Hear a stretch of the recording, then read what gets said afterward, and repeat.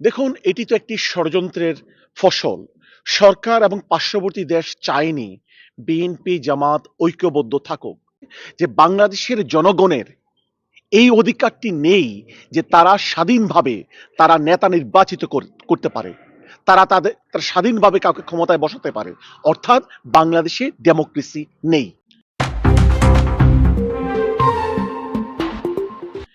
দেখুন, এটি তো একটি ষড়যন্ত্রের ফসল। সরকার এবং পার্শ্ববর্তী দেশ চায়নি বিএনপি জামাত ঐক্যবদ্ধ থাকুক। তারা তারা সাকসেসফুল হয়েছে।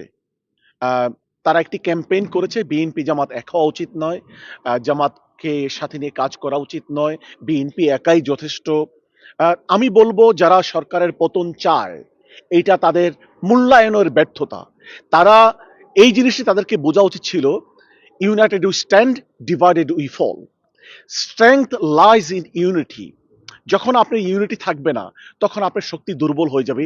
এই জিনিসটি আমাদের সকলের বোঝা উচিত ছিল। আমরা সকলে ঐক্যবদ্ধ থাকতে পারিনি। এটি একটি ষড়যন্ত্র ছিল সরকার এবং বিদেশি একটি শক্তির পক্ষ থেকে। তারা এখানে সফল হয়েছে। এনিওয়ে, সময় এখনো ফুরিয়ে যায়নি। এখনো যদি আমরা ঐক্যবদ্ধ থাকতে পারি, জনগণকে সাথে নিয়ে রাজপথে নামতে পারি, জনগণের বিজয় অবশ্যই হয়েছে। স্বৈরাচারী শক্তি বেশি দিন ক্ষমতা থাকতে পারে না যদি জনগণ রাজপথে নেমে আসে। এটাই চিরন্তন সত্য। আজিজ আহমেদ সাহেবের বিরুদ্ধে নিষেধাজ্ঞা যখন আমেরিকা দিয়েছে, ওনারা কিন্তু বলেছেন ওনার বিরুদ্ধে বাংলাদেশের গণতান্ত্রিক প্রতিষ্ঠানগুলোকে ধ্বংস করার জন্য যথেষ্ট এভিডেন্স, বিশ্বাসগত এভিডেন্স আমেরিকান সরকারের কাছে আছে। অর্থাৎ আমেরিকা মেসেজ দিচ্ছে যে এই সরকারকে তারা ডেমোক্রেটিক সরকার মনে করে না।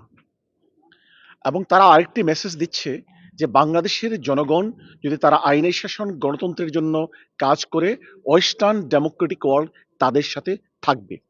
এবং আরেকটি মেসেজ দিচ্ছে যে শেখ হাসিনাকে যারা ক্ষমতায় বসিয়েছে, তারা বাংলাদেশের গণতন্ত্র ধ্বংস করেছে এবং শেখ হাসিনা তাদেরকে প্রোটেকশন দিচ্ছে এবং তারা শেখ হাসিনাকে ক্ষমতায় রাখছে। আজিজ আহমেদের বিরুদ্ধে এই নিষেধাজ্ঞাটি বাংলাদেশের জনগণের জন্য একটি পজিটিভ মেসেজ, যারা বাংলাদেশের গণতন্ত্র ফিরে ফিরে পেতে চায়। এবং যারা বাংলাদেশের ক্ষমতায় আছে তাদেরকে আমেরিকান সরকারের পক্ষ থেকে স্পষ্ট মেসেজ যে তারা বাংলাদেশের জনগণকে তারা গণতান্ত্রিক অধিকার ফিরিয়ে দিতে হবে। আপনারা জানেন এই নিষেধাজ্ঞার পূর্বে আমেরিকা তাদের ইউএন মানবাধিকার রিপোর্ট প্রকাশ করেছে। সেখানে তারা স্পষ্ট করে বলেছে যে বাংলাদেশের জনগণের এই অধিকারটি নেই যে তারা স্বাধীনভাবে তারা নেতা নির্বাচিত করতে পারে। তারা স্বাধীনভাবে কাউকে ক্ষমতায় বসাতে পারে।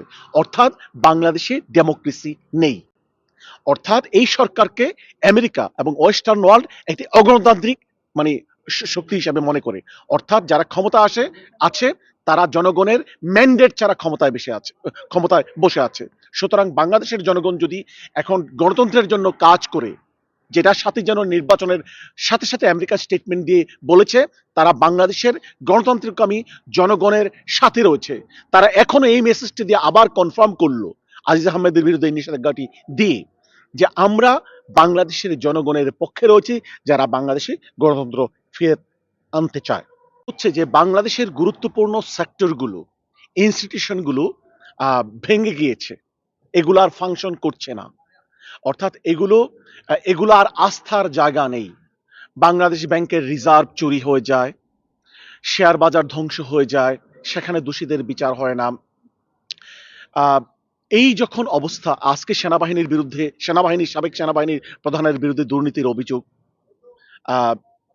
এই অভিযোগগুলো যখন দেওয়া হয় এবং এর পূর্বে তারা যখন স্টেট ডিপার্টমেন্ট যখন বাংলাদেশের বিচার ব্যবস্থা সম্পর্কে বিবৃতি দিয়েছে এবং ইন্টারন্যাশনাল ক্রাইসিস গ্রুপ যখন বাংলাদেশের ব্যাপারে তারা রিপোর্ট প্রকাশ করেছে, তারা বলছে এই সরকার বাংলাদেশের জুডিশিয়াল সিস্টেমকে বিরোধী দলের নেতা কর্মীদেরকে পানিশমেন্ট দেওয়ার জন্য ব্যবহার করছে। অর্থাৎ সাংবিধানিক প্রায় সকল প্রতিষ্ঠানগুলোই সরকার দলীয়করণ করে ফেলেছে এবং এগুলো ফাংশন করছে না। এই মেসেজটি আমেরিকান সরকার দিচ্ছে।